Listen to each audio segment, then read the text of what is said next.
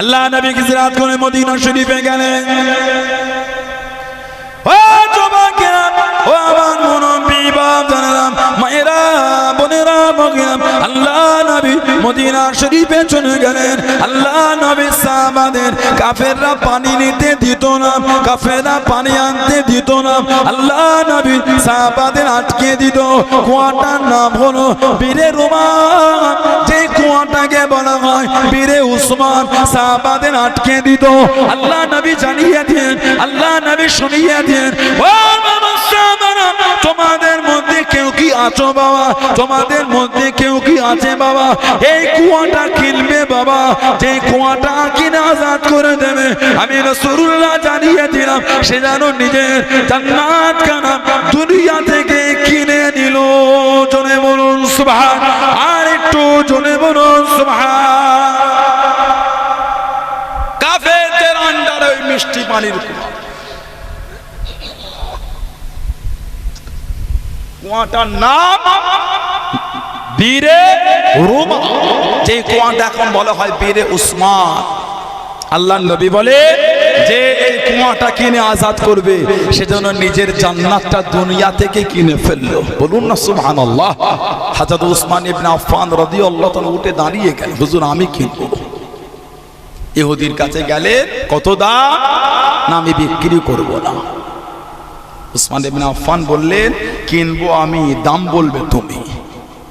সুবহানাল্লাহ বললেন না, কিনতে তো আমাকে হবে, কেন আল্লাহর রাসূল বলে দিয়েছে কিনবো আমি, দাম বলবে তুমি, তুমি যা বলবে তাই দেব। ইহুদি যে দাম বলেছেন, হযরত উসমান ইবনে আফফান বলেছিলেন এত কম দাম, তুমি যদি আরো চাইতে।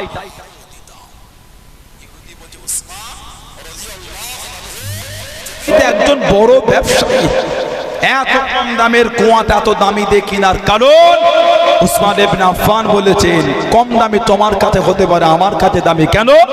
হুকুমটা আল্লাহর রাসূল করেছেন। জোরে বলুন না সুবহানাল্লাহ। ইহুদির সাথে কথা হলো,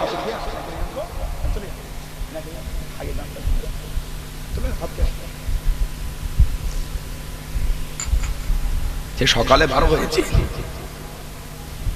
মানুষ অনেকে দূর থেকে অনেক কিছু বলে, দুর্নাম করাটা সহজ, ভালোবেসে নাম করাটা অনেক কঠিন।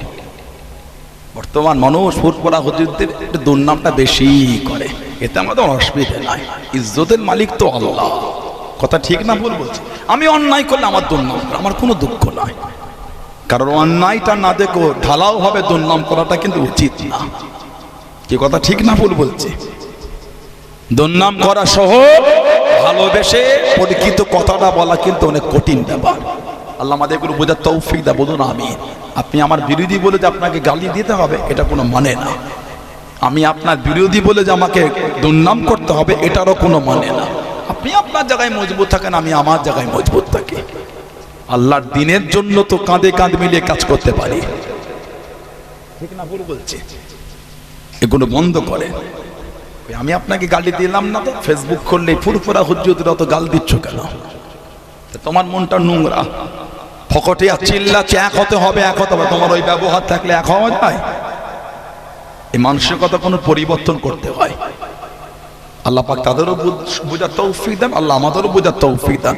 আল্লাহ পাক পৃথিবীর মুসলিম উম্মাহকে আল্লাহ কাঁধে কাঁধ মিলিয়ে একসাথে চলা তৌফিক দান করে। বলুন আমিন।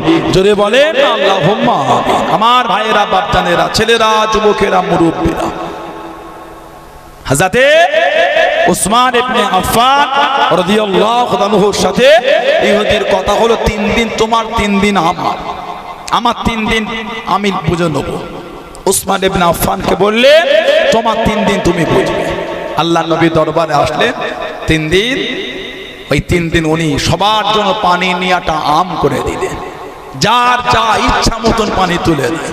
আর যে 3 দিন ইহুদির ভাগে পড়তো, ওই 3 দিন কেউ পানি নিতে যেত না। কেন? ইহুদি টাকা নিত। ইহুদি দেখছে রেখেও লাভ হচ্ছে না, আর অর্ধেকটা বিক্রি করে দিলেন। উসমান ইবনে আফফান আল্লাহর নবীর কদমে গিয়ে কুয়াটাকে আজাদ করে দিলেন। হুজুর, এই কুয়াটা আপনার। আমি উসমান, আমার কোনো দাবি নাই। জোরে বলুন না সুবহানাল্লাহ। মিষ্টি পানির অনেক দাম চলে। হিজরাতের পরে আমার নবী হিজরত করে মদিনা শরীফে গেলেন, গিয়েই কিন্তু মদিনা শরীফে আগে ঢোকেন না।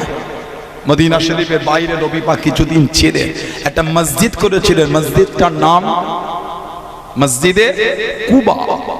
মসজিদে কুবা হাদিস শরীফে এসেছে যে এই মসজিদে 2 রাকাত নফল নামাজ পড়বে আল্লাহ ওই ব্যক্তির নামায় আমালে একটা উমরা সওয়াব আল্লাহ পাক লিখে দেবেন। জোরে বলো আল্লাহ আমাদের সকলকে এই মসজিদে 2 রাকাত নামাজ আদায় তৌফিক দান করে, বলুন আল্লাহুম্মা আমিন।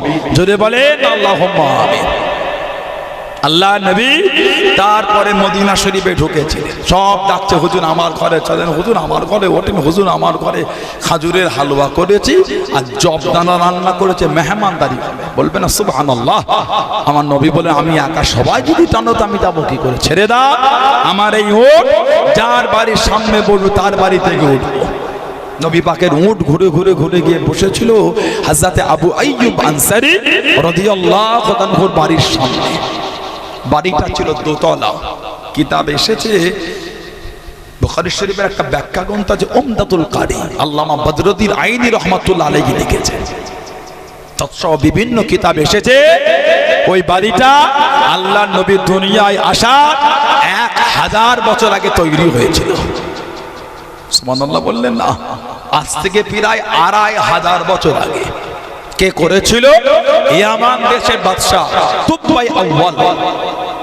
ইয়ামানের বাদশা তুবাই আউয়াল মক্কা শরীফে সফরে চলে এলো। ও জওয়ানেরা, ও আমার মুরব্বি বাবারা, কিছুদিন মক্কা শরীফে থেকে মদিনা শরীফে চলে গেল 400 জন আলেমকে নিয়ে ইয়াসরিবে জমিনে চলে গেল। কিছুদিন মদিনা শরীফে থেকে ইয়ামান দেশে ফিরে যাবে, ইয়ামান দেশে চলে যাবে। 400 জন আলেম জানিয়েছেন, 400 জন আলেম শুনিয়েছেন, ও বাবাসা আমরা ইয়ামান দেশে যাব না, আমরা ইয়ামান দেশে ফিরবো না। আপনি যদি আমাদের করে জানও মেরে ফেলেন, ইয়ামান দেশে যাব না, ইয়ামান দেশে ফিরবো না। তুবাই আওয়াল 400 জন আলেমকে জিজ্ঞাসা খানা করলেন, কেন ইয়ামান দেশে যাবে না, কেন ইয়ামান দেশে ফিরবে না? ও যুবকেরা, 400 জন আলেম জানিয়েছেন, আসমানি কিতাব পড়ে জানতে পেরে গিয়েছি আখিরি নবী, শেষ নবী হযরতে মুহাম্মদ সাল্লাল্লাহু আলাইহি ওয়াসাল্লাম এই জমিনে তাশরীফ করা আনবেন, এই জমিনে তিনি আসবেন। আল্লাহ পাক যদি সুযোগ করে দেন, সুযোগ যদি হয়ে যায়, সুযোগ যদি হয়ে যায়, টানা কাতে গাত কানা দে ইমানের কলিমা পড়ে মুসলমান হয়ে যাব। জোরে বলুন সুবহান, আর একটু জোরে বলুন সুবহান। সুযোগ যদি আল্লাহ করে দেয়, একটু ওনার হাতটা ধরে ইমানের কলিমা পড়ে মুসলমান হব। জোরে বলুন। 400 জন আলেম, ইয়ামান দেশের বাদশা তুবাই আউয়াল বলছে, তোমরা যখন যাবে না আমিও যাব না, তোমরা আখিরি নবীকে দেখবে আমিও দেখবো। বলুন সুবহানাল্লাহ। বেশ কিছুদিন থাকলে ইয়ামান দেশ থেকে রাজত্বটা ফিরিয়ে আনলেন। 400টা আলেমের জন্য 400টা বাড়ি তৈরি করলেন একতলা, একটা বাড়ি করেছিলেন দোতলা। আর 400টা খাদেমা মহিলাকে কিনে আজাদ করে এই 400 জন আলেমের সাথে ইয়ামান দেশের বাচ্চা তুবাই আউয়াল বিয়ে দিয়ে দিল। অনেকদিন মদিনা শরীফে থেকে অসুস্থ হলে ইয়ামানে ফিরে যাবে, যাবার আগে একটা চিঠি লিখেছিলেন, ইয়া রাসূলুল্লাহ সাল্লাল্লাহু আলাইহি ওয়াসাল্লাম, আমি তুবাই আউয়াল ইয়ামানের বাদশা, হুজুর আশা করেছিলাম একটু আপনাকে দেখব, হয়তো আমার নসিবে আর হলো না। যদি আমি আপনাকে দেখতে পেতাম, সবার আগেই আমি আপনার হাত ধরে কালিমা পড়ে মুসলমান হয়ে যেতাম। জোরে বলো। তবে ইয়া রাসূলুল্লাহ সাল্লাল্লাহু আলাইহি ওয়াসাল্লাম, আপনাকে না দেখলে আমি এখন থেকে আপনার উপর ঈমান আনলাম।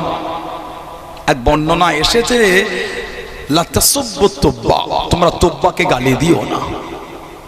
হুজুর আমি ইয়ামানে ফিরে যাচ্ছি, হুজুর এই বাড়ি আপনার জন্য করেছি, আপনি এই জমিনে হিজরত করে আসবেন, কে ঘর দেবে না দেবে, আমি এখন থেকে আপনার কদমে বাড়িটা হাদিয়া করে দিলাম। আর এই চিঠি আপনার কাছে যাবে, হুজুর কি আমতে আমাকে ভুলবেন, একটু আমাকে সাথে নেবেন। এই চিঠিটা লিখে একটা আলেমের হাতে উনি দিয়ে দিলেন, তোমার হাতে জিম্মা, আল্লাহ নবীকে যদি তুমি দেখো, নবী পাকের হাতে চিঠিটা দেবে। তুমি যদি দেখতে না পাও, কাউকে ওসিয়াত করে যাবে, সে যেন চিঠিটা নবীর কাছে দেয়। তাকে ওসিয়াত করবে, সে যদি না পায় সেও যেন কাউকে ওসিয়াত করে যায়। তো ভাই আওয়াল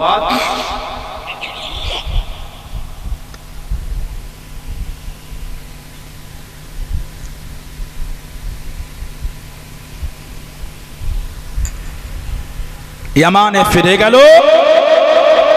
কিতাবে এসেছে আল্লাহ নবী সাল্লাল্লাহু আলাইহি ওয়াসাল্লামের ওই উটটা আবু আইয়ুব আনসারী রাদিয়াল্লাহু তাআলা ওই বাড়ির সামনে গিয়ে বসেছে। সেই দোতলা বাড়ি যেটা 1000 বছর আগে নবীর কদমে হাদিয়া হয়ে গিয়েছিল। জোরে বলুন না সুবহানাল্লাহ।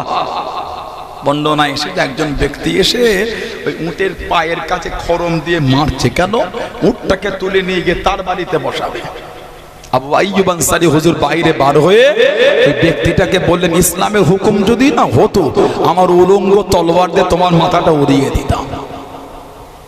আল্লাহ নবীর উট আমার ঘরে বসেছে, নবী আমার বাড়ির মেহমান, আর তুমি নবীর উটটা তুলে তোমার বাড়ির সামনে নিয়ে যাচ্ছ। যদি ইসলামের হুকুম না হতো শরীরে মাথা রাখতাম না। নবী পাককে ঘিরে আছেন। বর্ণনা এসেছে যেই ব্যক্তির কাছে নবী পাক সাল্লাল্লাহু আলাইহি ওয়াসাল্লাম ওই চিঠিটা এসে পৌঁছেছে, আল্লাহ নবী নিজেই বললেন, তোমার কাছে আমার একটা চিঠি আছে, চিঠিটা আমাকে ফিরিয়ে দাও। জোরে বলুন না সুবহানাল্লাহ। নবী পাক হিজরত করে মদিনা শরীফে গেলেন।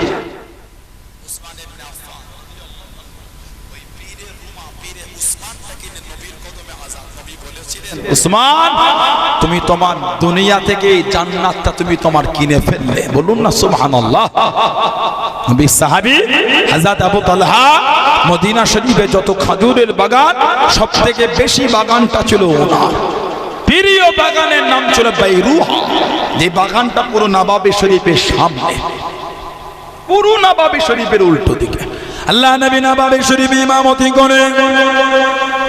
ও যুবকেরা, ও আমার মুরব্বি বাবারা, মায়েরা, বোনেরা, আল্লাহ নবী ওই বাগানের মধ্যে চলে গেলেন। বিরহা নামক কুয়া, আল্লাহ নবী ওই বাইরুহা নামক বাগানে গিয়ে বিরহা নামক কুয়ার কাছে গিয়ে নিজে কাঁধে করে কুয়া থেকে পানি তুলে আল্লাহ নবী সাল্লাল্লাহু আলাইহি ওয়াসাল্লাম নিজে কাঁধে পান করতেন।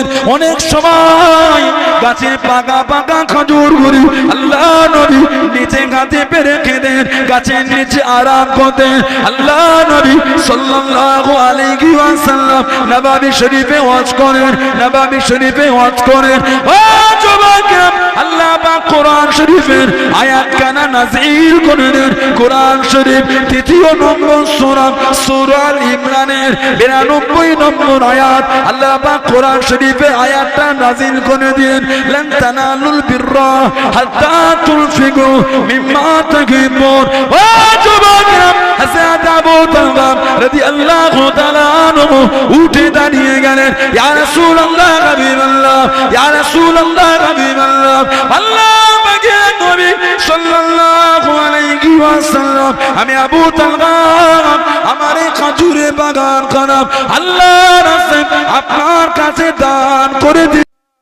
জনে বলুন সুবহান, আর একটু জনে বলুন সুবহান। ও আমার আবু তালহা, তোমার তো এত খেজুরের বাগান, এই বাগানটা কেন প্রিয় বাবা? এই বাগান কেন প্রিয় বাবা? ইয়া রাসূলুল্লাহ, হাবিবাল্লাহ, আল্লাহ পাকের নবী হুজুর বিয়াদি মাফ করুন, বাগানটা আমার হলো। আপনি তো নিজের মনে করে নেন ওই বাগানে গিয়ে বিরহা নামক কুয়া থেকে পানি তুলে পান করেন, ওই পানিতে উযু করেন। আমি আবু তালহা এর থেকে প্রিয় আর কিছু নয়। আমি আবু তালহা রাদিয়াল্লাহু তাআলা আনহু আমার খেজুরের বাগান আল্লাহর রাস্তায় আপনার কাছে দান করে দিলাম। জনে বলুন সুবহান, আর একটু জনে বলুন সুবহান। হুজুর, বাগান অনেক হলো, কোন বাগানে তো আপনি যান না, এই বাগানটায় আপনি যান। সুবহানাল্লাহ বলবেন না? বাগান আমার হলো, আপনি তো আপনার মনে করেন। বলুন আলহামদুলিল্লাহ। ইয়া রাসূলুল্লাহ সাল্লাল্লাহু আলাইহি ওয়াসাল্লাম, হুজুর আমি এই বাগানটা দান করে দিলাম, আল্লাহ পাকের রাস্তায় দিয়ে দিলাম। কোরআন শরীফ সূরা আল ইমরান 92 নম্বর আয়াত, লান তানালুল বিররা হাত্তা তুনফিকু মিম্মা তুহিব্বুন, যতক্ষণ পর্যন্ত তোমাদের মধ্যে কেউ আল্লাহর নৈকট্য, আল্লাহর পেয়ারা হতে পারবে না, যতক্ষণ তোমাদের সবথেকে প্রিয় মাল আল্লাহর রাস্তায় ব্যয় না করে দিতে পারছো। দান করতে গেলে এখানটায় আগে তৈরি করতে হয়, সবার দ্বারা দান হয় না। রাত দিন জেগে মেহনত করে ইনকাম করে সেই ইনকামের গচ্ছিত টাকাটা যখন ব্যয় করবেন এইখানটায় তৈরি করতে হয়। কথা ঠিক বলছি না ভুল বলছি? সবাই দান করতে পারে না। দান করতে লাগে মন তৈরি করতে হয়। মন আমাদের মুরব্বীরা তৈরি করেছিলেন, সুবহানাল্লাহ বলে। যদি তৈরি না করতেন ভারতবর্ষের বুকে এত হাজার হাজার বিঘে সম্পত্তি ওয়াকফ হতো না। ঠিক না ভুল বলছি? আল্লাহর রাস্তায় মসজিদ, মাদ্রাসা, খানকা, ঈদগাহ, কবরস্থানের জন্য সব দান করেছে। ওহ, বলুন সুবহানাল্লাহ। এমনি দান না, মাঠে মধ্যখানের কম দামি জমিটা দান করেন, রাস্তার গায়ের দামি জমিটা মসজিদের জন্য দান করেছে। জোরে বলুন। এখন আমাদের ওয়াকফের সম্পত্তিতে শকুনির নজর পড়েছে। শকুনি সে উপরে ঘরে ছোটবেলায় শকুনি দেখেছে, এখন আর অত দেখা যায় না। ভাগাড়েও দেখা যায় শকুনি, ভাগাড়ে যেখানে সব পশু মরে পড়ে থাকে সেখানে শকুনিদের আড্ডা। সাদা শকুনিও দেখেছি, মানে চলে মুরব্বীরা ভালো জানবেন, এখন ওগুলো দেখা যায় না। পুকুরে সে একটা পানি, মানে পানিতে পুকুর একটা পাখি পানকৌটি না কি বলতো না, কালো কালো ধম বিরাট। ছোটবেলায় দেখি যে পুকুরে 10-15 জন নেমেছে একটা পানি কৌটিকে ধরবে। 10-15 জন হাঁপিয়ে গেছে, পুকুরের পানি কৌটি ধরা যায় না। আধ ঘন্টা ওকেলেই ব্যস্ত। শকুনি ও উড়ে উড়ে দেখতো কোথায় আমার খাবার আছে। এখন আমার ভারতে কিছু শুকনি হয়েছে, উড়ে উড়ে দেখছে মুসলমানদের কি আছে, দলিত আদিবাসী তাদের কি আছে, পাঞ্জাবিদের কি আছে, শিখদের কি আছে, খ্রিস্টানদের কি আছে, নিরীহ হিন্দু ভাই বোনেদের কি আছে। এই ওয়াকফ বিলে খালি মুসলমান ক্ষতিগ্রস্ত নয়, ভারতবাসী ক্ষতিগ্রস্ত। এগুলো আমাদের ভাবতে হবে। কিছু কিছু আন্দোলন এমন মুভমেন্ট নিচ্ছে যেন আমরা আন্দোলন হিন্দু ভাইদের বিরুদ্ধে করছি, না, ভুল হচ্ছে এগুলি। যদি খালি ভাবেন এই আন্দোলন মুসলমানের আন্দোলন, হেরে গেলেন। যদি ভাবে এই আন্দোলন মুসলমানের আন্দোলন, হেরে গেলেন। এই আন্দোলন ভারতবাসীর আন্দোলন। হিন্দু মুসলমান, পাঞ্জাবি, গুজরাটি, মারাঠি, শিখ, বৌদ্ধ, জৈন, দলিত, আদিবাসী সবার আন্দোলন এটা। কেন? ওয়াকফ প্রপার্টি ধ্বংস হলে ভারতবাসী ক্ষতিগ্রস্ত হবে। ওয়াকফের সম্পত্তির উপরে কত হসপিটাল, কত স্কুল আছে, কত মাদ্রাসা আছে, কত কলেজ আছে, কত হসপিটাল। ওই হসপিটালটাই শুধু মুসলমান ট্রিটমেন্ট পায় না, হিন্দু ভাই বোনগুলো পায়। কথা বলছেন না কেন? ওই স্বাস্থ্য কেন্দ্রে শুধু মুসলমানরা গিয়ে চিকিৎসা করে না, অন্য সম্প্রদায়ের ভাই বোনেরা গিয়ে চিকিৎসা করে। এই সম্পত্তি যখন তার হস্তক্ষেপ হবে তাহলে তো সমস্ত সম্প্রদায়ের লোকই ক্ষতিগ্রস্ত। কত ওয়াকফ প্রপার্টির উপরে মার্কেট আছে, হিন্দু ভাই বোনেরা ওই মার্কেটের দোকান ভাড়া নিয়ে ব্যবসা করছে, আছে না নাই? ওই মার্কেটটাই যখন ওয়াকফের সম্পত্তি হস্তক্ষেপ হবে, মার্কেট বন্ধ হলে শুধু মুসলমান নয়, অন্য সম্প্রদায় ভাই বোনগুলো ক্ষতিগ্রস্ত হবে। কথা বল না, ঠিক বলছি? যে এটা ভাবতে হবে আমাদের। শুধু এই আন্দোলন মুসলমানের আন্দোলন নয়, ভারতবাসীর আন্দোলন। ফাঁসিবাদীদের বিরুদ্ধে, অন্যায়কারীদের বিরুদ্ধে আমাদের এই আন্দোলন তীব্র করে তুলতে হবে। যদি ভাবেন আমাদের আন্দোলন, না, ঠকে গেলাম তো। ভারতবাসীর আন্দোলন। 2 নম্বর, এই আন্দোলন আমাদের তৈরি করতে হবে সংবিধানের পক্ষে, অসংবিধানের বিরুদ্ধে। এটা সংবিধান বিরোধী আইন করেছে। কেন? ভারতের সংবিধান, বাবা সাহেব আম্বেদকর যে সংবিধান রচয়িতা করেছেন, সেই সংবিধানে এই যে ধর্মের আর্টিকেল যেগুলি লেখা হয়েছে, এই আর্টিকেলের বিরুদ্ধে আইন তৈরি হয়েছে। না না, আপনি জবরদখল করছেন, ক্ষমতা যার, সেই ক্ষমতা দেখাতে চাইছে। সব জায়গায় ক্ষমতা চলে না। সরকার জনগণকে তৈরি করে না, জনগণ সরকার তৈরি করে। কথা বলছেন না কেন? জনগণ ভোট দিয়ে যেমন পার্লামেন্টে পাঠিয়েছে, জনগণ পার্লামেন্ট থেকে নামাতেও পারে। জনগণ গেলে পাগলামি করতে চেয়েছে, এটা আমাদের ইমানই দায়িত্ব। আমি রাজনীতির আলোচনা করি না, আমাকে দেখেছেন আমি করি না, করি, কিন্তু আমি কোন রাজনৈতিক দলের পক্ষ বলছি না, বিপক্ষ বলছি না। আমাদের যে আমাদের ইমানি জায়গায় হাত দেবে, এখানে আবার চুপ করে থাকতে পারি না। এখন আমাদের মুরব্বীরা আল্লাহকে ভালোবেসে, রসুলকে ভালোবেসে আল্লাহর রাস্তায় দান করেছে, দেখভাল করার দায়িত্বটা হলো আমাদের। যদি এই সম্পত্তি আমরা দেখভাল না করতে পারি, আল্লাহর আদালতে কিন্তু আমরা দায়ী হয়ে যাব। কথা ভুল না ঠিক বলছি? বলে জনসেবামূলক কাজের জন্য আমাদের মুরব্বীরা জায়গা দিয়েছে, সমস্ত সম্প্রদায়ের লোক উপকৃত হবে। সেই জায়গাটা যদি বেদখল হয়ে যায়, তাহলে আমাদের গাফিলতির জন্য বেদখল হয়েছে। কথা ঠিক না ভুল বলছি? গোটা বাংলা নয়, গোটা ভারত জুড়ে ছোট ছোট সভা হচ্ছে। গতকাল ঘটপুকুর আপনারা করেছেন, শুধু ঘটপুকুর নয়, গোটা বাংলা নয়, গোটা ভারত জুড়ে ঘুরে ঘুরে করে বাংলায়, কলকাতায়, বিহার, একদিন দুদিন নয়, দীর্ঘ মেয়াদী আমাদের আন্দোলন চলবে। যতদিন পর্যন্ত এই বিল প্রত্যাহার না হচ্ছে,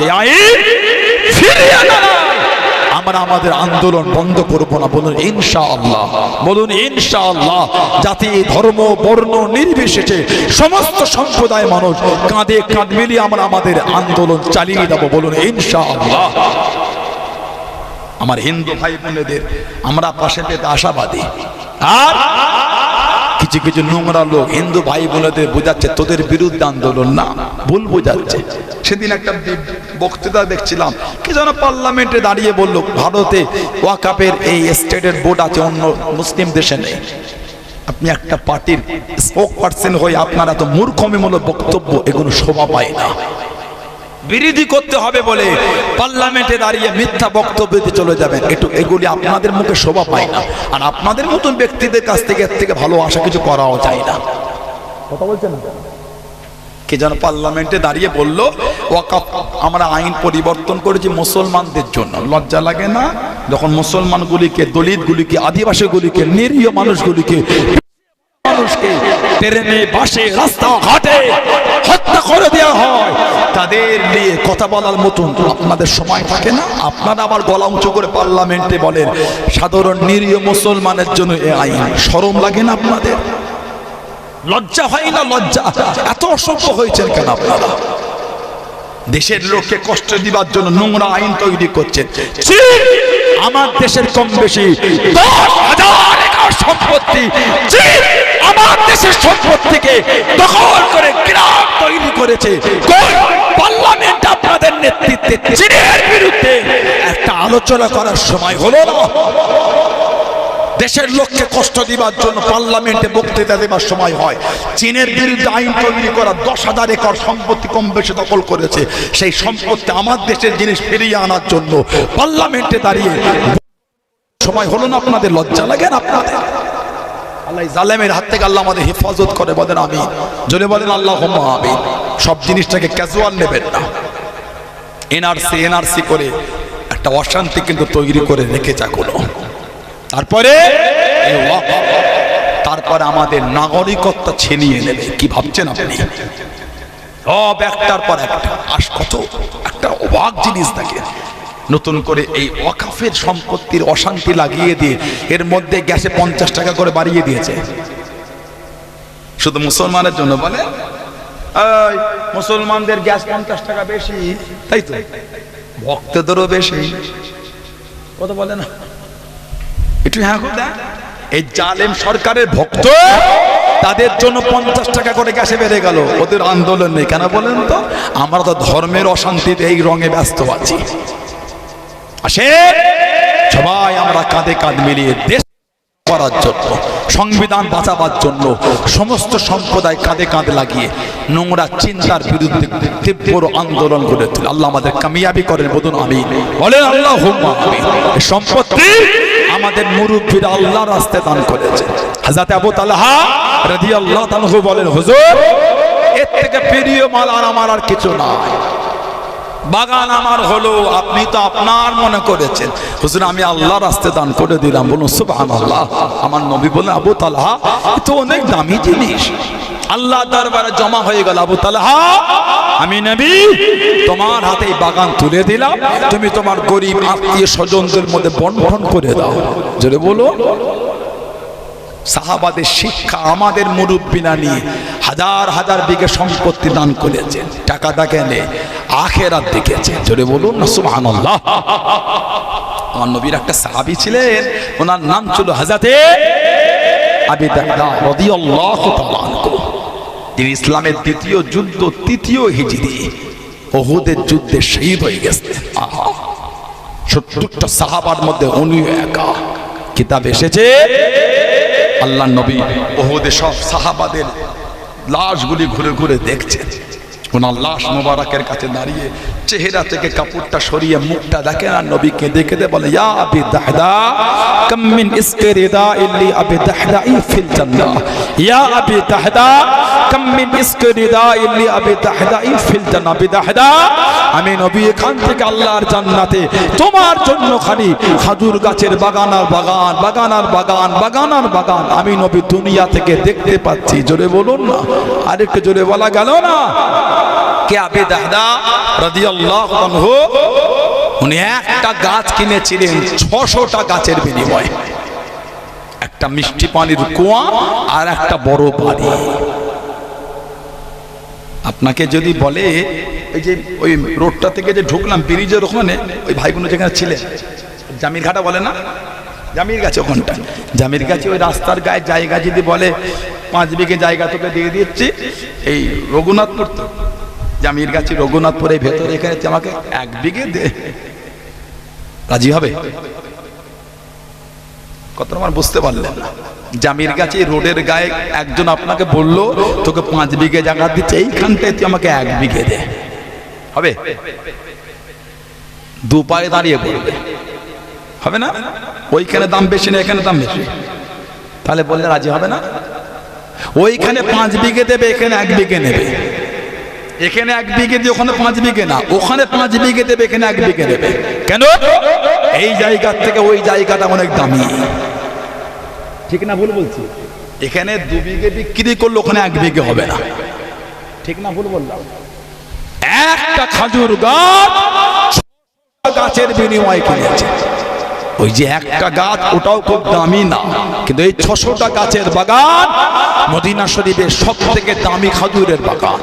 হযরতে আবু দাহদা রাদিয়াল্লাহু তাআলা আনহু, আমার নবীর একটা ইতিম সাহাবী, ছোট্ট বড় খাজুরের বাগান, ওই বাগানে গাছ পড়ে গেল, নাম ছিল হযরতে আবু লুবাবা রাদিয়াল্লাহু তাআলা আনহু। নবী পাকের ইতিম সাহাবী হযরত আবু লুবাবা রাদিয়াল্লাহু তাআলা আনহু বলে, এই হযরত আবু লুবাবা ওই গাছটা আমাকে বিক্রি করে দেন। না দেবেন না? না। নবী পাকের দরবারে বললেন হুজুর একটু বলে দেন না। নবী পাক সাল্লাল্লাহু আলাইহি সাল্লাম বলে ডাকো। নবাবে শরীফে ডাকা হলো, এই আবু লুবাবা আমার ইতিম সাহাবীকে গাছটা দিয়ে দাও। হুজুর বিয়াদে মাপ চাই, আমি তো বল না, কিছু টাকা হলো না হুজুর আমি নেব না। নবী পাক সাল্লাল্লাহু আলাইহি সাল্লাম কিছুক্ষণ পরে বলেন, আবু দাহদা তুমি যদি এই গাছটা দিয়ে দাও, আমি নবী তোমায় কথা দিলাম আল্লাহর জান্নাতে তুমি একটা ফলওয়ালা খাজুর গাছ পাবে। কিতাব এসেছে একটা মানুষ যদি একটা ঘোড়ার পিঠে চেপে ছোটে, যতটা রাস্তা অতিক্রম করবে আল্লাহ পাকে জান্নাতে একটা ফলওয়ালা খাজুর গাছে ছিমো টপকাতে তার চাইতে বেশি সময় লাগবে। জোরে বলো। আবু লুবাবা বললেন হুজুর আমি তো বলা।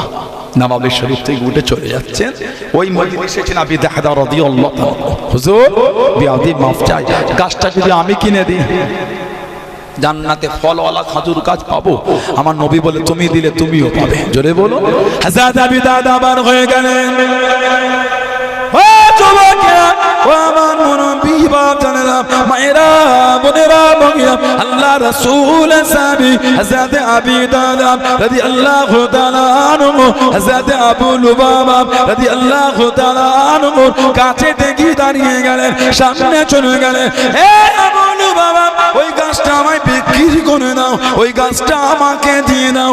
আবু তালহা বাবা জানিয়ে দেন, আবি তালহা ওই গাছটা তোমায় বিক্রি করবো না, ওই গাছটা তোমাকে দেবো না।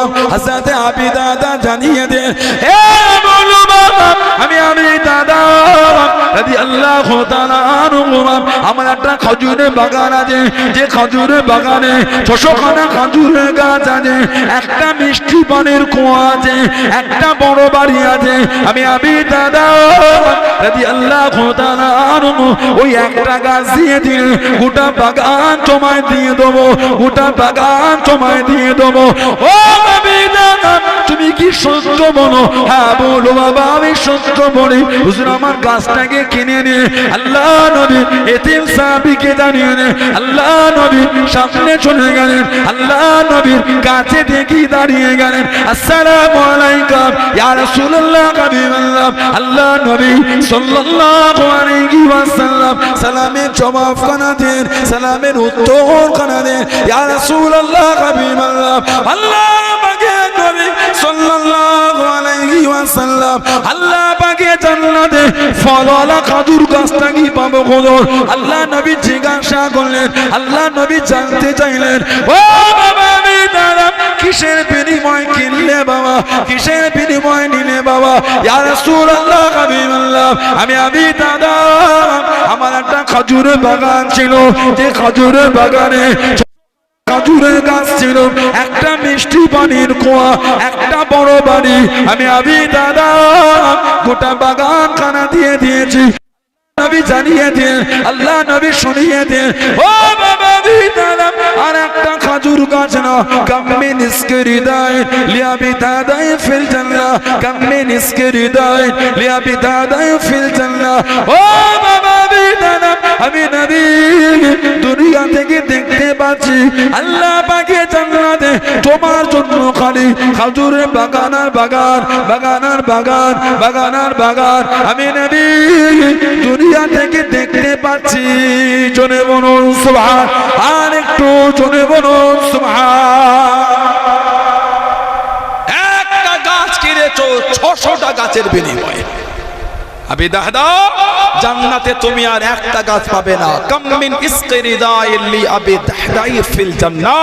আবি তালহা রাদিয়াল্লাহু আনহু জান্নাতে তোমার জন্য আল্লাহ পাক খেজুর গাছের বাগান আর বাগান, বাগান আর বাগান, বাগান আর বাগান আল্লাহ কবুল করে নিয়েছেন। জোরে বলো, আর একটু জোরে বলা গেল না?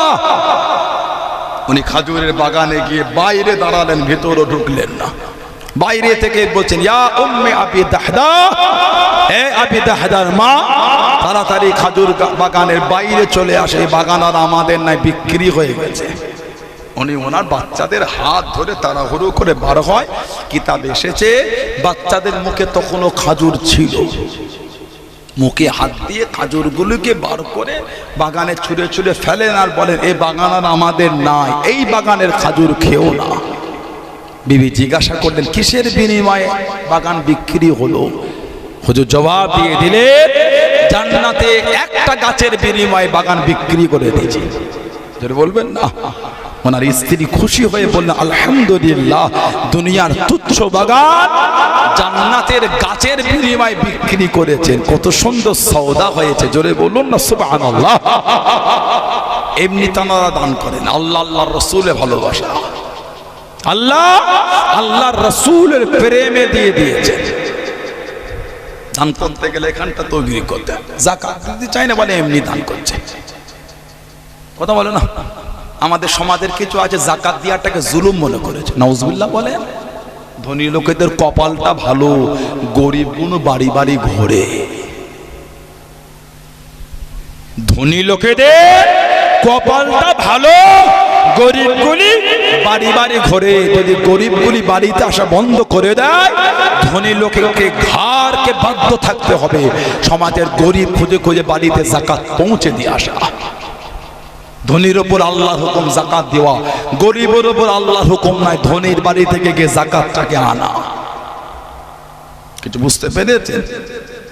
ধনীর ওপর হুকুম যাকাত দেওয়া, গরিবের ওপর হুকুম নাই ধনী লোকের বাড়ি থেকে যাকাত আনা। আমাদের কপাল ভালো, গরিব কোন বাড়িতে গিয়ে যাকাত নিয়ে আমাদের বোঝাটা হালকা করছে। এত কিছু কিছু লোকের গরম শুনলে অবাক হয়ে যাবে, যেন মনে হচ্ছে ওর উপর এহসান হচ্ছে। ওনার উপর গরিবের উপর যাকাত দিয়ে এহসান করিনি, নিজের কাঁধের বোঝাটাকে হালকা করেছি। যাকাত দিও গরিবের উপর এহসান নয়, ধনীর দায়িত্বটা পালন করা। কথা বলে না, মসজিদে গিয়ে ফরজ নামাজ পড়া কি বাড়িতে ফরজ নামাজ পড়াটা ইবাদতের আলা দরজায় পৌঁছে যাওয়া নয়, নিজের উপর দায়িত্ব থাকাটা পালন করা। রাত্রিরে জেগে জেগে তাহাজ্জুদ পড়বেন, ওটা নিজের দরজাটা আলা করলেন। কিছু বুঝতে পেরেছেন? আমাদের সমাজে রমাদান শরীফের 2-4 দিন আগে থেকে বস্ত্র দোকানগুলি, কাপড়ের দোকানগুলি বাইরে কাগজ ল্যামিনেশন করে লটকে ঝুলিয়ে দেয়, লটকে দেয়। কি লেখা থাকে বলেন তো? এখানে ড্যাশ পাওয়া যায়। কি লেখা আছে বলেন তো?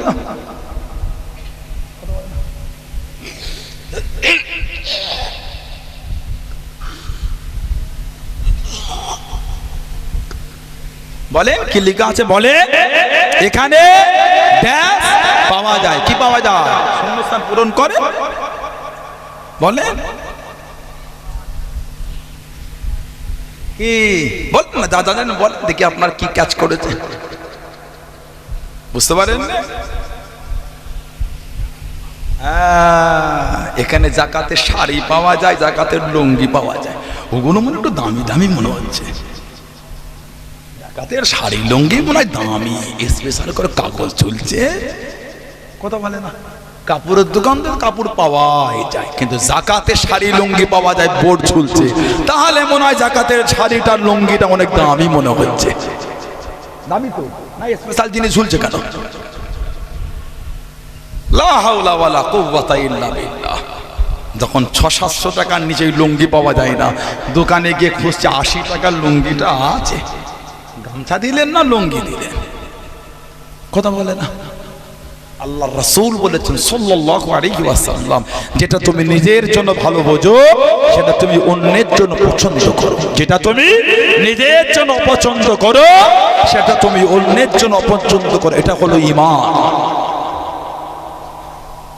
যাকাতের শাড়ি 150 টাকা শাড়িটা আছে নাকি গো?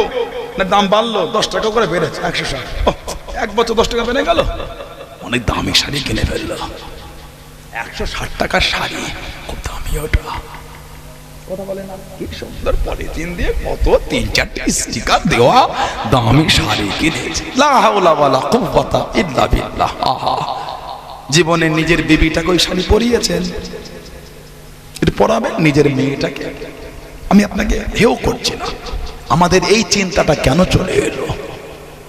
কম দামি শাড়ি আর কম দামি লুঙ্গি এত কিনবো, অনেক লেগেছি কেন? 50 জনকে কে আপনাকে আগ বেরিয়ে দিতে বলেছে? 10 জনকে দেন, ভালোটা দেন। ভাই দেওয়া হয়ে গেছে যাকাতের, আর নাই। আল্লাহ যে তহফিক পরের বছর দেবো, গুনাহ হবে না। কিছু বুঝতে পারেন না ভাই? এবছর যাকাত আমি দিয়ে দিয়েছি, আর নাই, শেষ হয়ে গেছে। এলা তুমি এসো তো, এই 10 টাকা হোক 20 টাকা দিয়ে দিলে আল্লাহ পরের বছর দেবো। আপনার যাকাত তো দেওয়া শেষ হয়ে গেছে, আর নাই তো যাকাতের টাকা, গুনাহ হবে না। কিন্তু আপনি 10টায় খুশি হচ্ছে না, 50টা দিতে হবে। যে অনেকজন দেখবে কার বাড়ি থেকে এলো রে, অনেক শাড়ি কিনেছে, এত কিনেছে।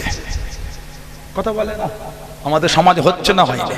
আল্লাহ চিন্তাগুলো আমাদের পরিবর্তন করিয়ে দেয়। বলুন আমি, বলুন আল্লাহ। আমি খালি আপনাদের বলছি, আমি নিজেকেও বলছি, এগুলো আমাদের নোংরা চিন্তাই করি, ন্যারো মাইন্ড এগুলো।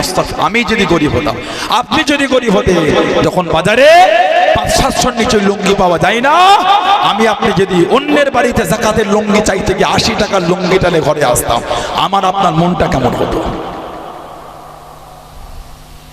বলে? আমাদের সমাজে একটা মুসাফির গিয়ে ধনী লোকের ঘরে, মা একটা আপেল দাও না, বাচ্চাদের নিয়ে ইফতার করতাম। আপেলটা হাটকায়, কোনটা পচেছে, যেটার একটুখানি পচন ধরেছে, নষ্ট হলো, এ না এটা খাবে। গুনাহগার আপনি, কেন ভালো দিতে পারলেন না? গরিব। আল্লাহ যদি আপনাকে গরিব করতো আর ওই গরিবের বাড়ি আল্লাহ ওনাকে বড় লোক করে আপনাকে পাঠাতো, পচা ফেলটা আপনাকে দিন, আপনার চিন্তাটা কি হতো? ঠিক বলছে না ভুল বলছে? এই জন্যই তো আমাদের উপর গজব, এই জন্যই তো আমাদের উপর গজব এত। কেন? আমরা আল্লাহ শরীয়তের বিধান ভুলে গেছি, আল্লাহ ইসলামের বিধান ভুলে গেছি। একটা সময় এমন ছিল গোটা পৃথিবীর রাজ করত মুসলমান। যেদিন থেকে আমাদের চিন্তাটা শরীয়তের বাইরে চলে গেছে, সেদিন থেকে আল্লাহ আমাদের ঘরে লোকের জুতো বানিয়ে দিয়েছে। আমরা এখন লোকের জুতো হয়েছে, জুতো যেখানে পারছে আমাদের ব্যবহার করছে। বলেন কথা ঠিক না বলবো? একটাই কারণ, আল্লাহ আল্লাহ রসুল আমরা ভুলে গেছি। আল্লাহ আমাদের এগুলো বোঝার তৌফিক দান করে দেয়। বলুন আমিন, বলেন আল্লাহুম্মা আমিন।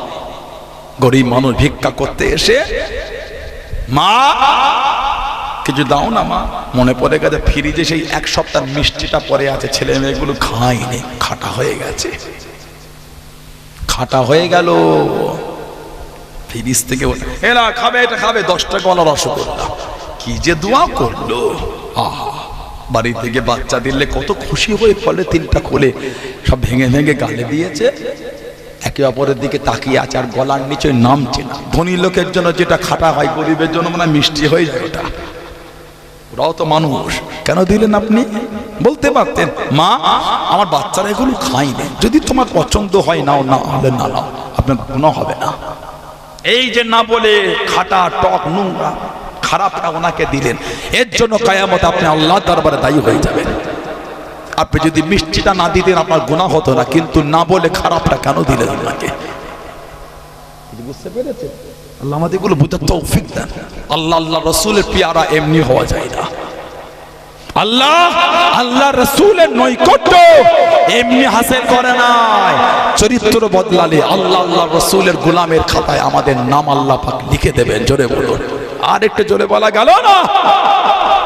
আমার ভাইয়েরা, বাপজানেরা, ছেলেরা, যুবকেরা, মুরব্বীরা, মন পরিবর্তন করে যাকাত ঠিক মতন আদায় করে।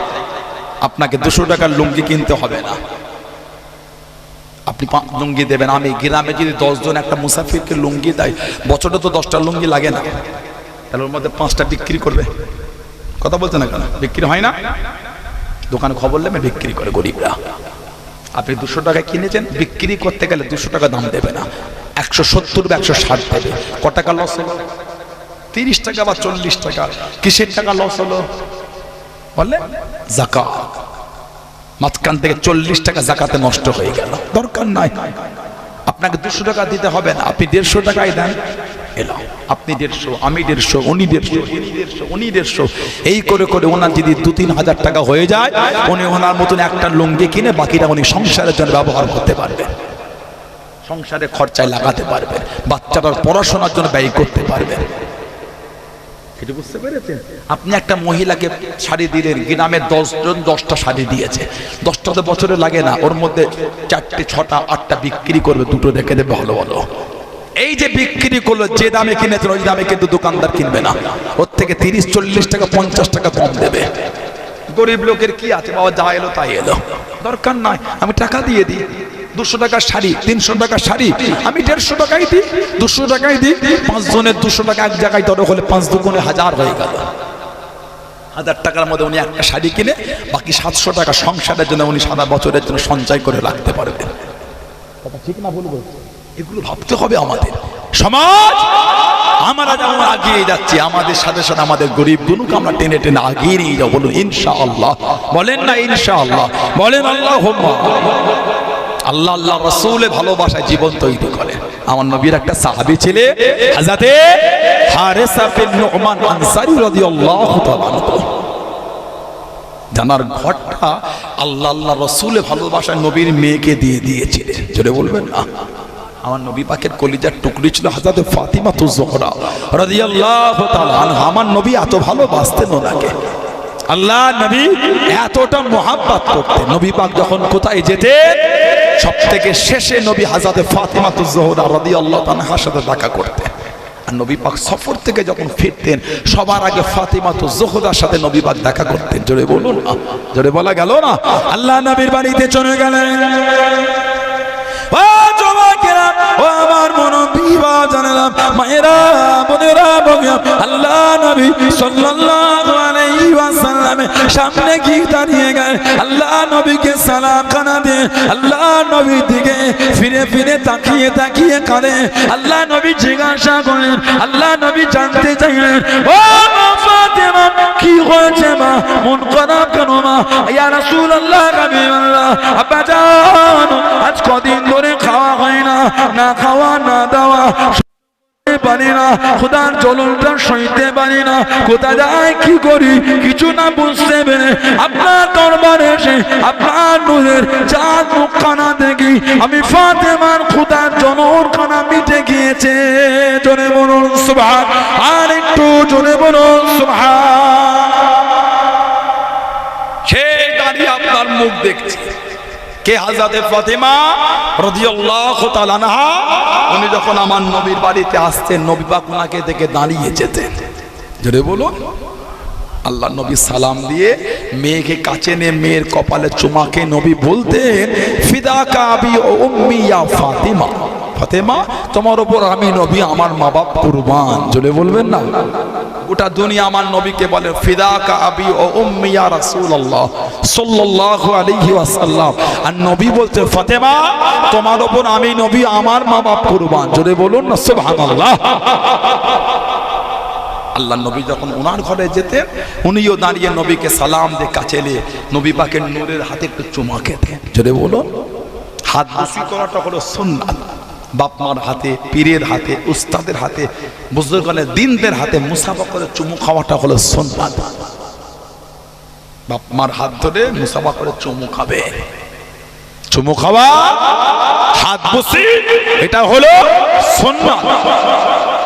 আমাদের সমাজে এগুলো উঠেই যাচ্ছে। ঈদের দিনে মা বাপের পায়ে কদম বসি করতে চাই না। আগে কিন্তু ছোটবেলায় আপনারা করেছেন। কথা বলছেন না কেন? বাপ মার পায়ে সালাম হয় না, এখন কিন্তু এগুলো উঠে যাচ্ছে। শরম লাগে, শরম, এত বড় হয়ে গেল বাপ মার পায়ে হাত দেবো। বাপ মার কাছে ছেলে মেয়ে বড় হয় না, ছোট ছোটই থাকে। বলুন সুবহানাল্লাহ। কিসের লজ্জা মা বাপের পায়ে হাত দেয়? ওটা তো আমার মা, ওটা তো আমার জান্নাত, ওটা তো আমার বাপ, ওটা তো আমার জান্নাত। জোরে বলো। বাপ মার পায়ে সালাম করবে, কদম বসি করা সুন্নাত। পীরের পায়ে, শায়েখের পায়ে, বুজুর্গানের দিনদের পায়ে, দাদু দাদি, নানা নানি, মুরব্বীদের পায়ে সালাম করবে। কথা বুঝলেন? তবে দেখবে করতে গিয়ে মাথাটা আবার চুনা হয়ে যায়, এটা আবার অনেকে করে ফেলে। সালাম করা পদ্ধতি হলো জানার পায়ে কদম বসি করবেন, চোখে চোখ রেখে দুটো হাতকে কদমে দেবেন, বা চোখ মাথাটাকে চোখটাকে এইভাবে সোজাসুজি দেখে দুটো হাত কদমে চুমুকাবেন। হাদিস শরীফে এসেছে। ইমাম বুখারী হুজুর রাহমাতুল্লাহ আলাইহি উনি আর একটা হাদিস শরীফের কিতাব, যেই কিতাবটার নাম হলো আল আদাবুল মুফরাদ বলে।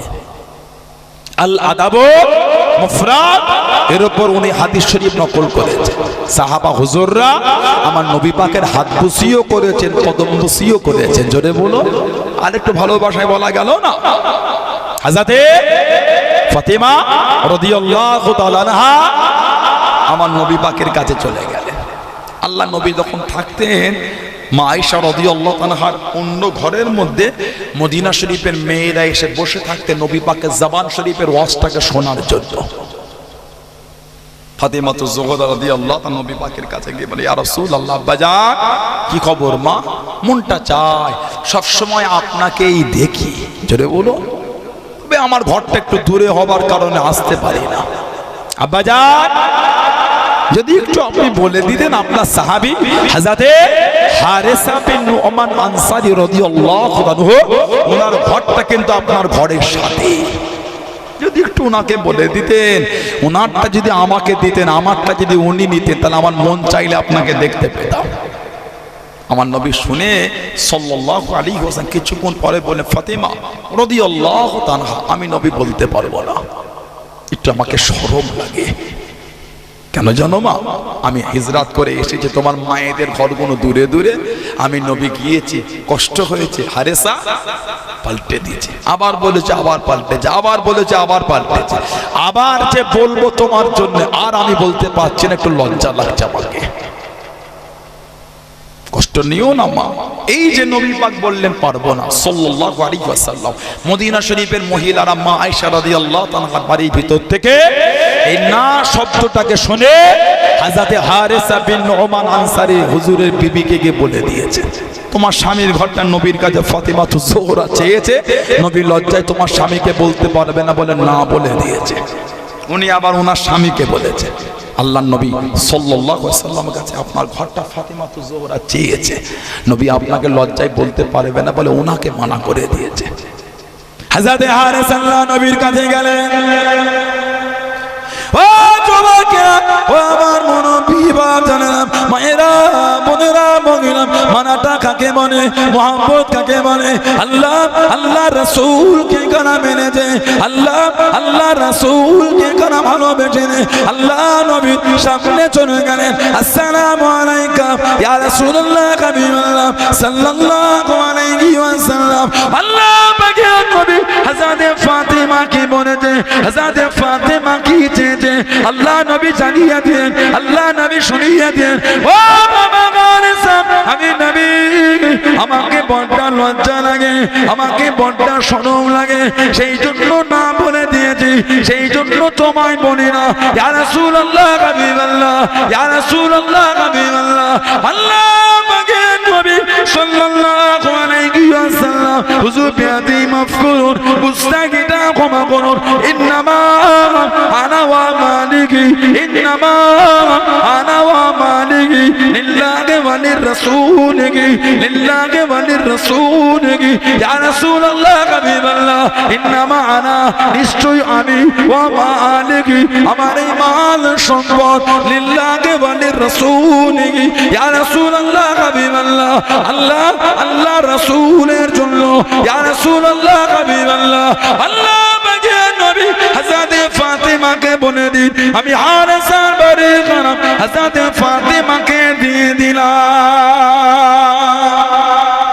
যেটা বলা গেল না, ওদের বাড়িটা আমার, আর আপনি লজ্জা করেন।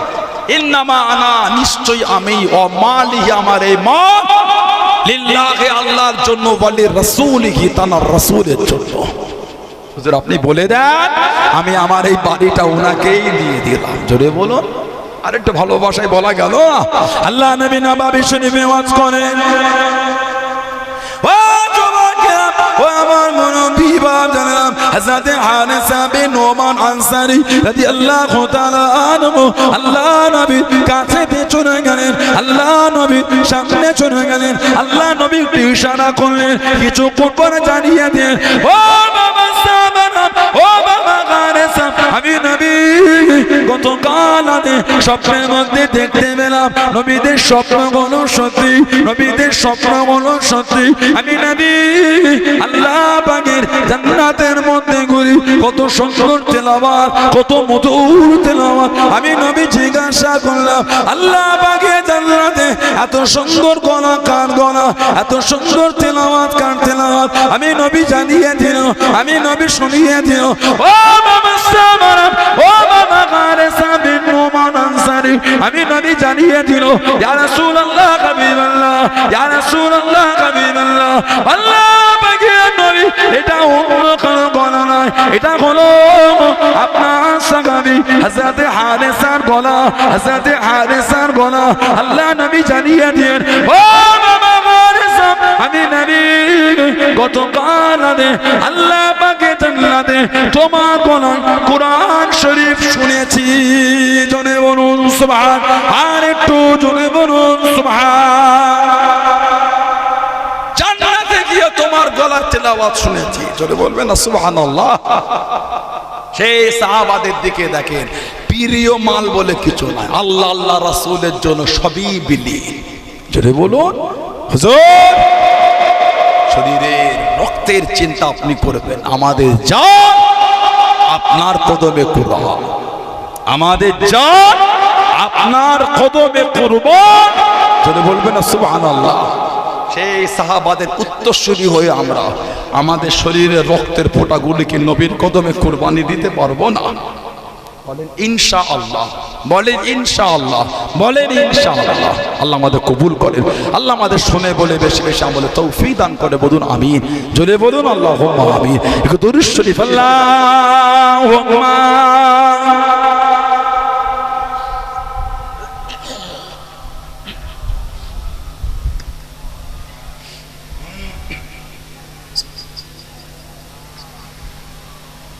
সাল্লাল্লাহু আলাইহি ওয়াসাল্লাম। আল্লাহুম্মা সাল্লি আলা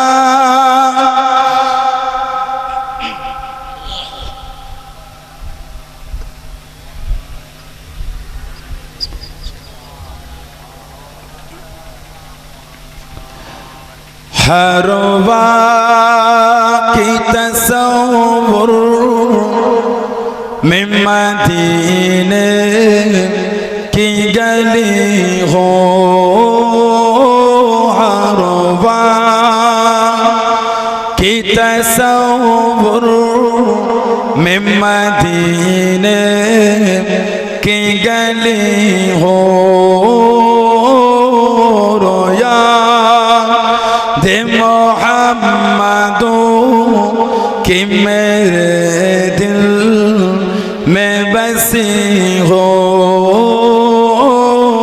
रोया दे मोहम्मदों कि मेरे दिल में बसी हो।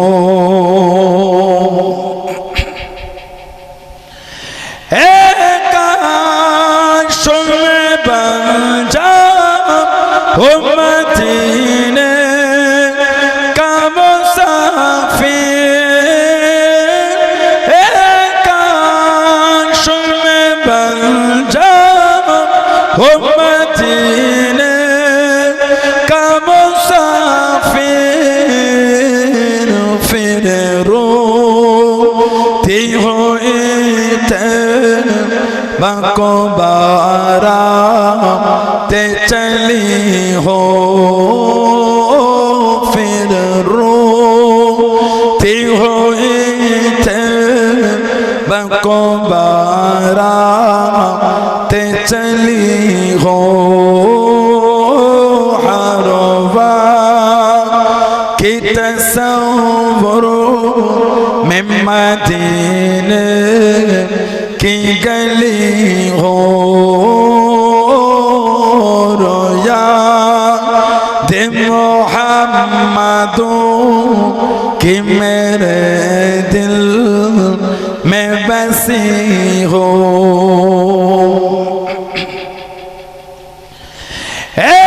काश मदीने में मुझे मौत हुआ, काश मदीने में मुझे मौत हुआ, कदमों में तेरे सर हो मेरे रूह हो चली हो, कदमों में तेरे सर हो मेरे रूह हो चली हो, हर वाक़ी तसव्वुर में मदीने की गली हो, रोया दे मोहम्मदों कि मेरे दिल में बसी हो।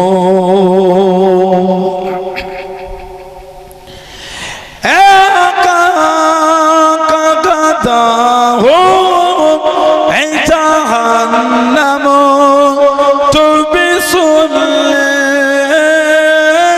आका का गदा हो जहन्नम तू भी सुन ले, वो कैसे चले जो गुलामे मदनी हो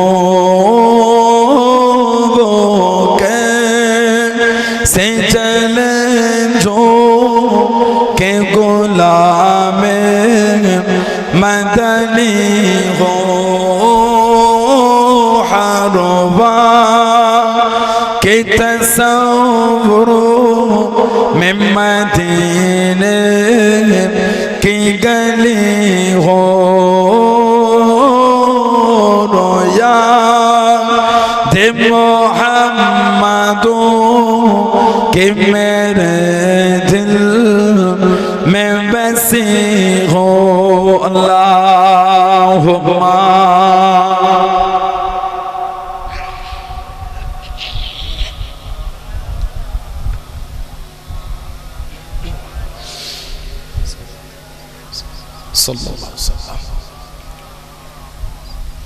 আমার ভাইয়েরা বাপদানেরা ছেলেরা যুবকেরা মুরব্বীরা মায়েরা বোনেরা মেয়েরা মহিলারা ভালো হন পরিবর্তন হন নামাজি হয়ে যান ছেলেরা নামাজি হয়ে যান আমার বোনেরা নামাজি হয়ে যান নামাজি হয়ে যান কেন নামাজ পড়েন না রমাদান শরীফে একটা মসজিদে ভিড় বাড়লো চাঁদ রাতে আগে 2-4 দিন আগে থেকে ফাঁকা হয়ে যায় মানে অফার চলছিল 28 দিনের অফার কথা বলে না মোবাইলে 30 দিন দেয় না কত বলে 28 দিনের অফার রিচার্জ করেছিল 350 টাকা দিয়ে 27 রমাদান থেকে অফার শেষ মানে আর মসজিদে ভিড় নাই কমে গেল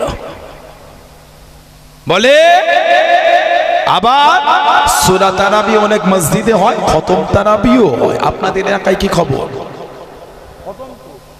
কদিনে 27 যে কদরের রাত্রিরে খতম 26 রমাদান 27 রমাদানের রাত খতম প্রথম 2-4 দিন মুসল্লিগুলো গিয়ে ইমাম সাহেবকে যুবকগুলো ইমাম সাহেব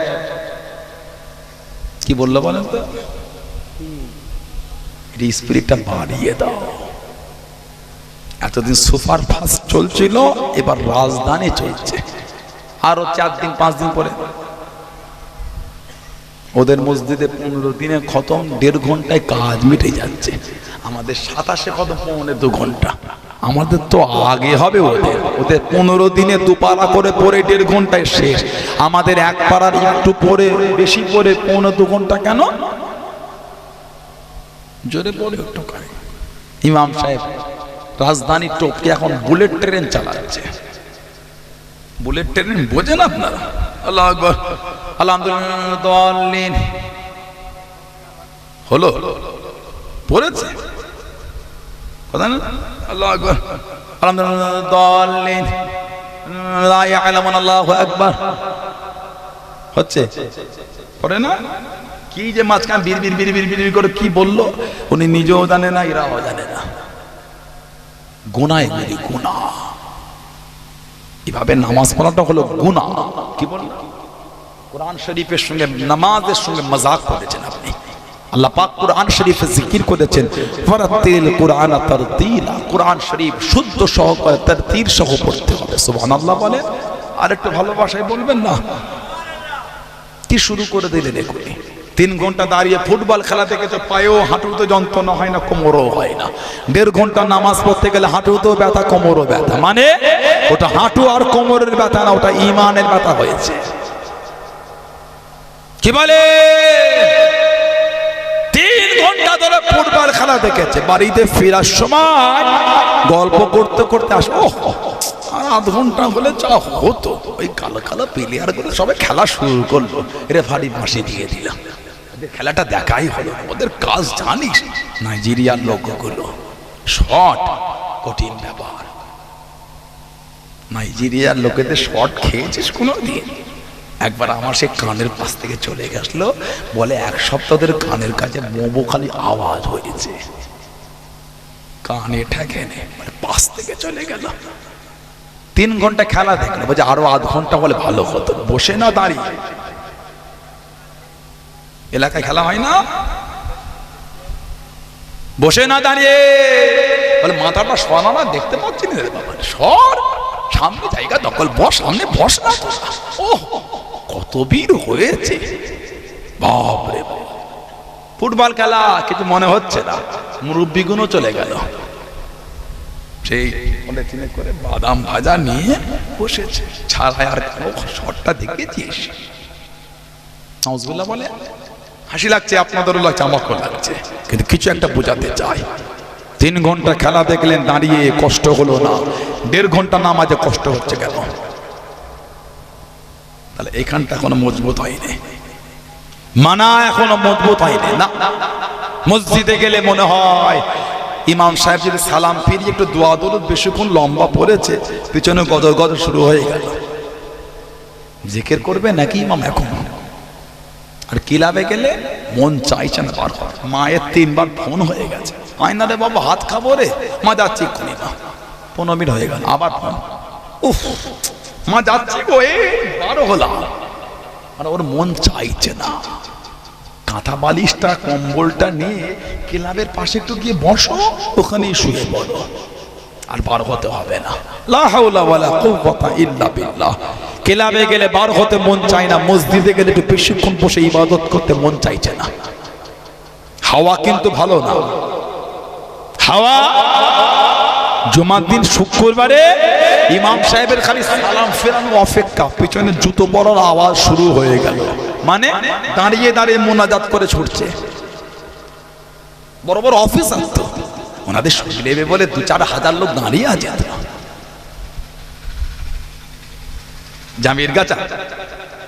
জামির গাছি রঘুনাথপুরে গ্রামে এক একটা যুবকের সই নেবে বলে 2-4 হাজার লোক লাইন দিয়ে আছে, মসজিদে ছুটছে, কই খাতা বের করো, 2-4 হাজার লোক অটোগ্রাফ নেবে, ওনার মসজিদে টাইম দিতে পারছে না তো। খালি জুমার ইমাম সালাম ফিরিয়েছে, না আছে বাদাল জুমা, না আছে আখিরে যোহর, না আছে সুন্নাতুল ওয়াক্ত, না আছে নফল, ওগুলোকে পড়বে। তারা 4 রাকাত বাদাল জুমা সুন্নাতটা পড়ে, অত তাড়াহুড়ো কিসের? একটু আগে মসজিদে যান, প্রথমে মসজিদে প্রবেশ করে 2 রাকাত তাহিয়াতুল মসজিদ বা দুখুলুল মসজিদ 2 রাকাত সুন্নাত পড়েন, 2 রাকাত তাহিয়াতুল উযু সুন্নাত পড়ে, 4 রাকাত ক্বাবলাল জুমা সুন্নাত পড়ে, বসে বসে দরুদ শরীফ পড়ে। আমার নবী বলেছেন, তোমরা আমার উপর বেশি বেশি জুমার দিনে দরুদ শরীফ পড়বে। জোরে বলুন। অন্য রিওয়ায়াতে এসেছে, আউয়ালুন নাস বিয়াউমুল কিয়ামা, কিয়ামতের ময়দানে আমি নবী আমার কাছে ওই ব্যক্তিটিকে আকসারুহুম আলাইয়া সালাওয়াতান, যে ব্যক্তি আমি নবী সাল্লাল্লাহু আলাইহি ওয়াসাল্লাম আমার উপর বেশি বেশি দরুদ শরীফ পড়বে, কিয়ামতে ওই ব্যক্তিটা আমি নবী আমার কাছে জায়গা পেয়ে যাবে। জোরে বলো। জুমার দিন দরুদ শরীফ পড়েন, ইমাম সাহেব খুতবা দেবে, চুপ করে থাকেন। খুতবার সময় ইশারাও করা যাবে না, কথা বলা তো দূরের কথা। আমাদের সমাজে মসজিদে একজন ভুল করলে 5 জন বলে, ওই লোককে বন্ধ করতে গিয়ে 5 জনও গুনাহগার হয়ে গেলেন। এই কে রে, কি কথা বলে, এই কে রে, এই বল বল, কজন বললো? 5-7 জন বলে ফেললো। কিছু বুঝতে পারেন না, যে ভুল করেছে সেই চুপ করে যাবে। আপনি এমন করছেন কেন? আর গ্রামের মসজিদে, সব গ্রামে আছে কিছু কিছু মাশাআল্লাহ খুব ভালো লোক আছে, এই বাচ্চাগুলো কি দাঁড়ায়, তোর কি করতে এসেছিস, সরে যাও, লা হাওলা ওয়ালা কুওয়াতা ইল্লা বিল্লাহ। যেই মসজিদের পিছনের কাতারে বাচ্চা পাবেন না, সেই মসজিদের আগামী ভবিষ্যৎ কিন্তু খানা। বাচ্চাগুলিকে মসজিদমুখী করেন। আপনার আব্বা, আপনার দাদু, আপনার নানা, আপনার মামা, আপনার চাচা আঙুলটা ধরে ছোটবেলায় কিন্তু মসজিদে নিয়ে গেছিল, বাচ্চাগুলোকে বার করে দিচ্ছেন। আপনি জানেন পৃথিবীর অন্য অন্য দেশে মসজিদে বাচ্চাদের জন্য লজেন রেখে দেয়, ক্যাডবেরি রেখে দেয়, বিস্কুট রেখে দেয়, খাবার রেখে দেয়, ফল রেখে দেয়, বাচ্চারা এসে খাবে। আমাদের গ্রামের মসজিদ আছে, রাখলেও জ্বালা, বাচ্চা পাওয়ার আগে বড়দের হাত চলে যাবে। এটা কি বিস্কুট বলতো? এটা কি বিস্কুট? তোদের নয়, দাঁড়ান এটা খাই, নতুন পাড়া বিস্কুট রে। বাচ্চাগুলো লাইনে আছে, বড়দের হাত লম্বা আগে ফাঁকা হয়ে গেল। অন্য অন্য দেশে মসজিদের বাইরে কি সুন্দর করে বড় বড় কত লজেন, কত ধরনের বিস্কুট, ফল। আমি প্রথমে যখন অনেক বছর আগে মালয়েশিয়ায় গেলাম,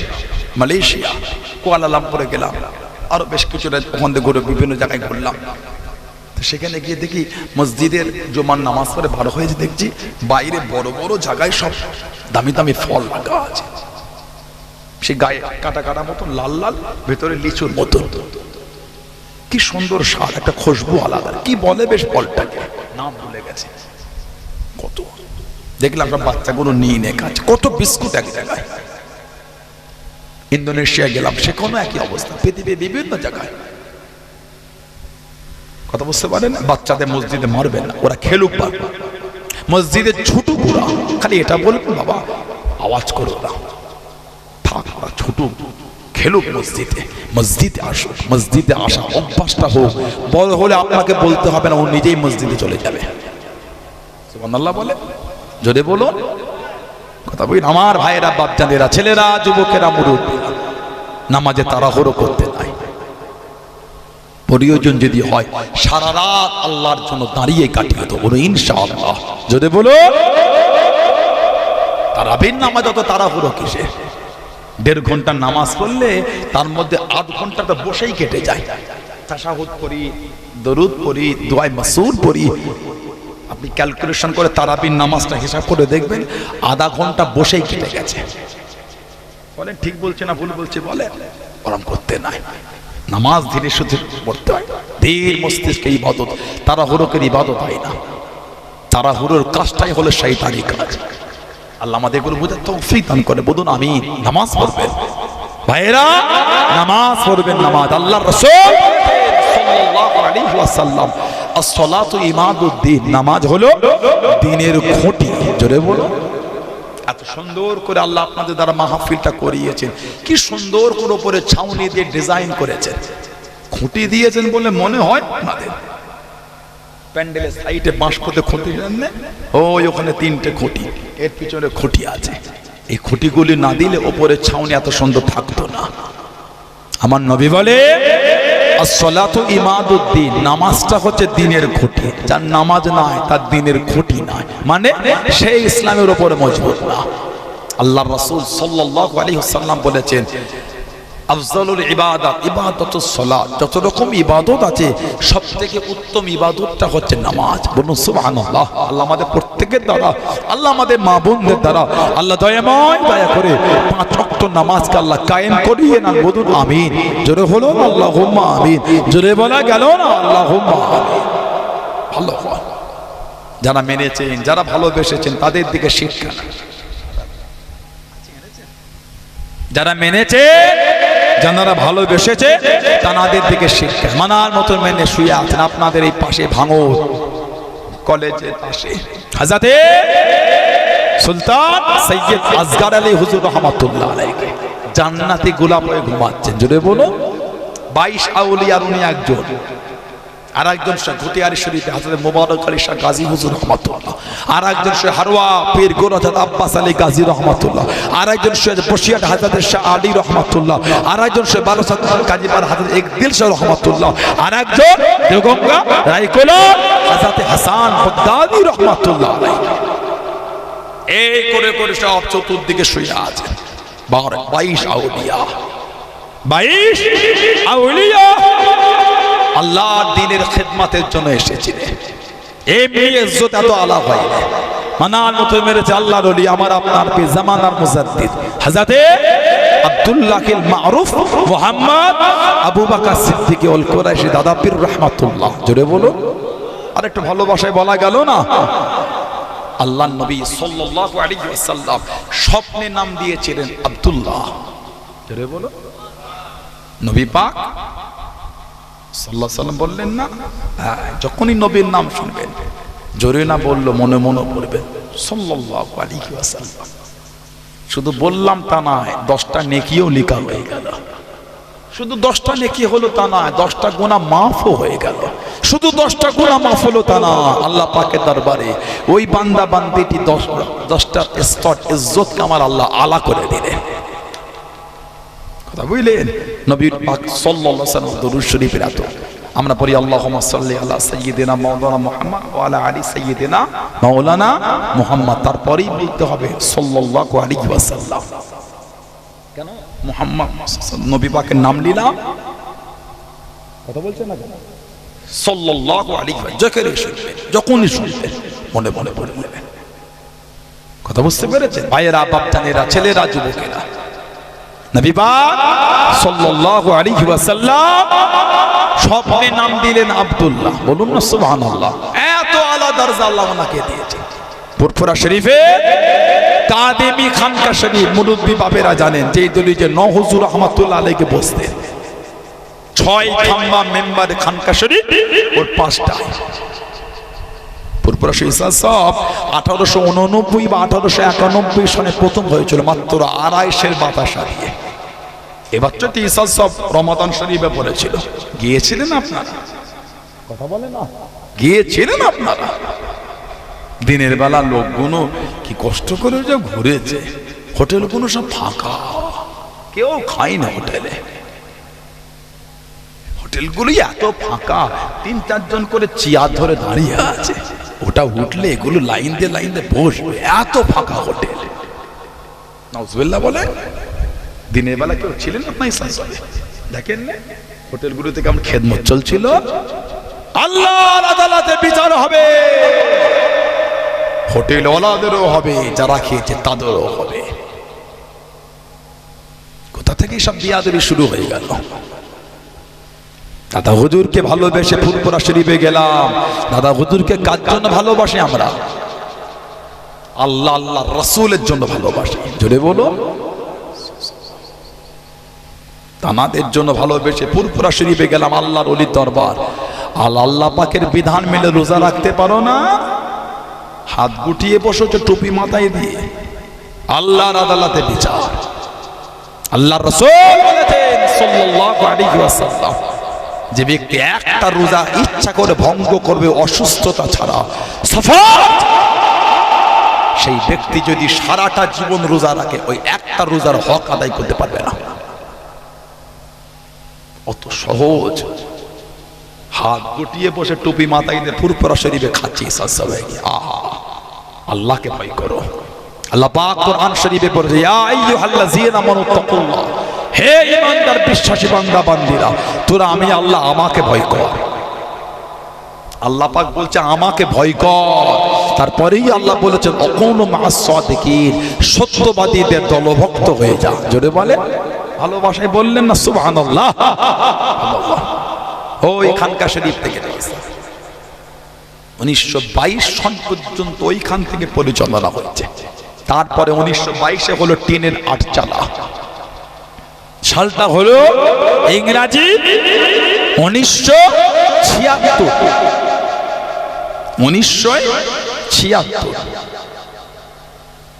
দাদা হুজুরের দরবারে ওই খানকা শরীফের নিচটা চটে চটে উঠে যাচ্ছে। আল্লাহ পাকের ওলি, ও যুবকেরা, ও আমার মুরব্বি বাপজানেরা, মায়েরা, বোনেরা, হযরতে নও হুজুর পীর কিবলা রহমাতুল্লাহ আলাইহি মিস্ত্রি লাগিয়ে দে, নিচটা ছোটে ছোটে উঠে যায়, ওটাকে চটিয়ে তুলে দে, সুন্দর করে করবেন বলে মিস্ত্রি লাগিয়ে দে।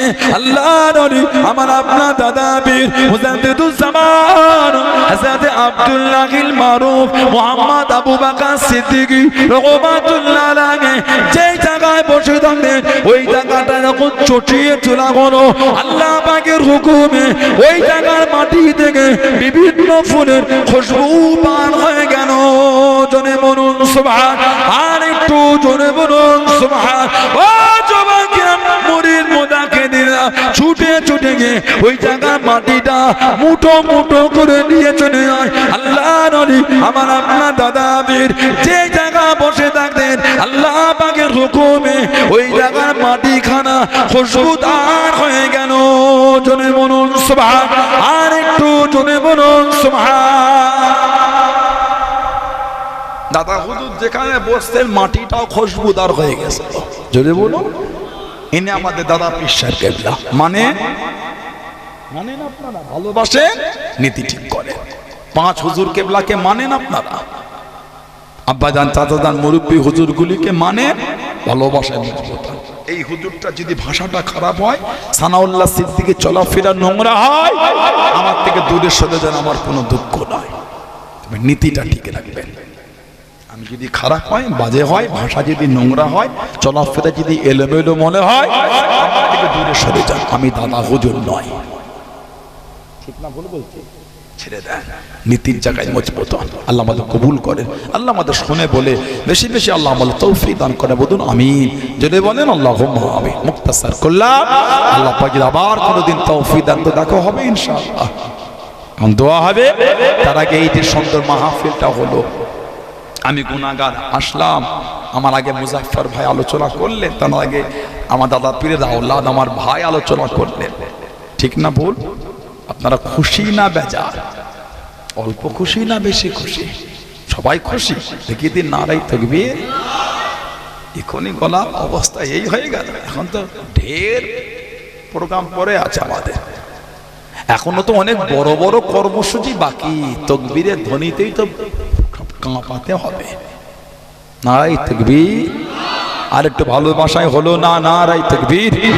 না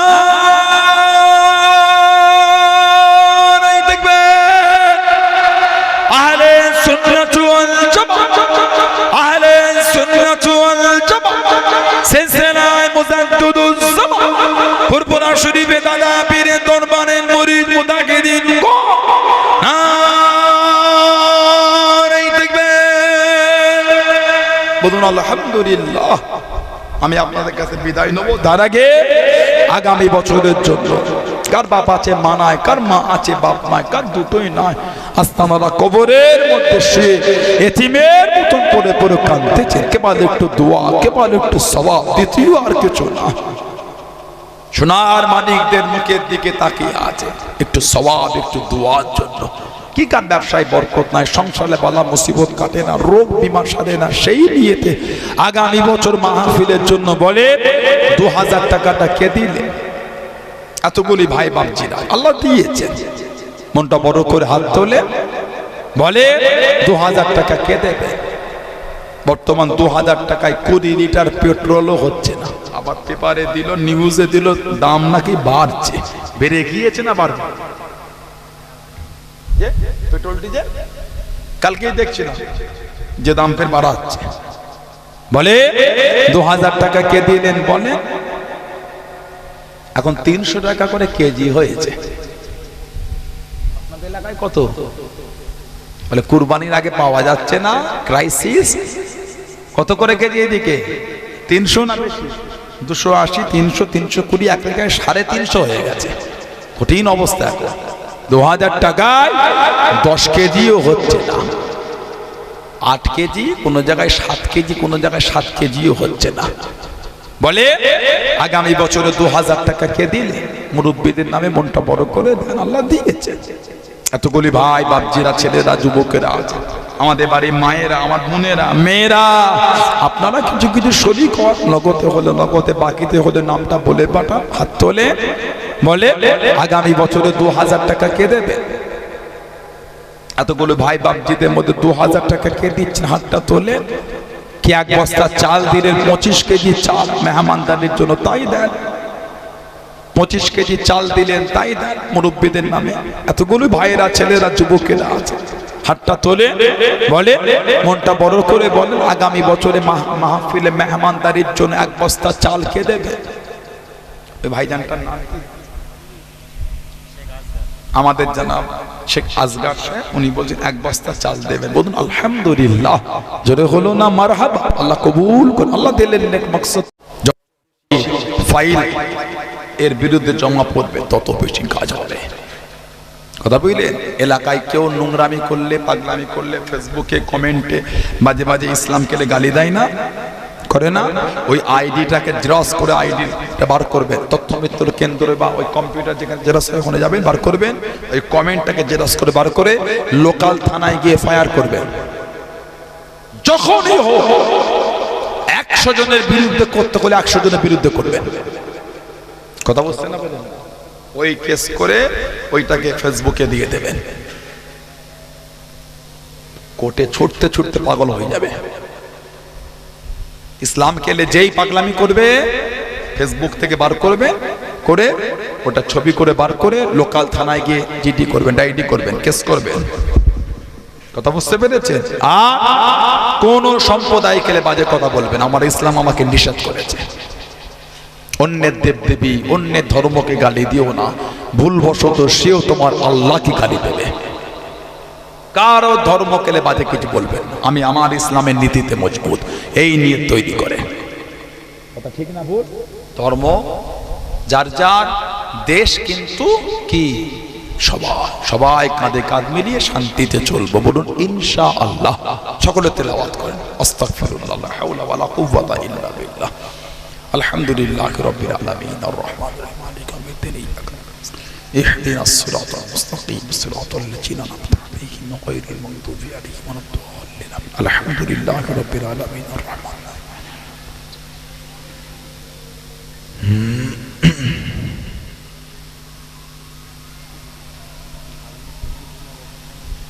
আচ্ছা ভাইজান, ফি আমানিল্লাহ।